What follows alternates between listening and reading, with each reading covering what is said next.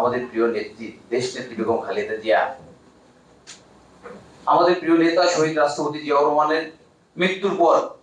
উনি ওনার সংসার জীবন ছেড়ে দিয়ে উনি কিন্তু এদেশের মানুষের জন্য, এদেশের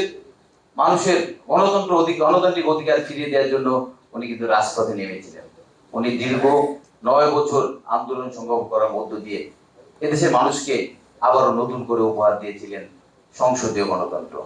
আজকে যে আধুনিক গণতন্ত্র, আজকে যে আধুনিক বাংলাদেশ, আজকের যে নতুন বাংলাদেশ, সত্যিকার এই বাংলাদেশের জন্য সবচেয়ে বেশি অবদান যে মানুষটি, সেই মানুষটি আজকে আমাদের মধ্যে নেই। আমি আমার বক্তব্য না বাড়িয়ে আমাদের প্রধান অতিথি আরো কয়েকটা প্রোগ্রাম রয়েছেন, এই জন্য আমি আপনাদের কাছে বলবো আমাদের প্রিয় নেত্রী দেশ নেত্রী বেগম খালেদা জিয়া তাদের মহান রাব্বুল আলামিন জান্নাতবাসী করেন এবং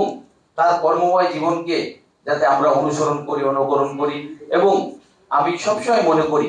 এদেশের গণতন্ত্রকে যদি ধারণ করতে হয়, এদেশের গণতন্ত্রকে যদি রক্ষা করতে হয়,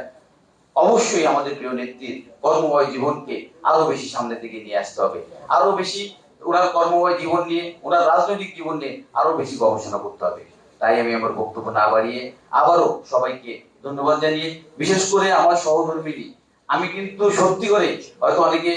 অনেকে বলবে যে আমি কিন্তু কিছুই জানতাম না, কিন্তু গত পরশুদিন উনি যাদেরকে দাওয়াত দিয়েছেন তাদের কেউ একজন আমাকে বলেছেন, বিশেষ করে নাইম আমাদের আজকে চিফ গেস্টকে যখন দাওয়াত দিয়ে এসেছেন, তখনই কিন্তু আমি জেনেছি যে উনার আরেকটি বই গত বইমেলায় উনার একটি বই প্রকাশিত হয়েছিল, সেখানেও চিফ গেস্ট ছিলেন আমাদের আজকের মন্ত্রী মহোদয়। ঠিক তখনই কিন্তু আমি জেনেছি। আমি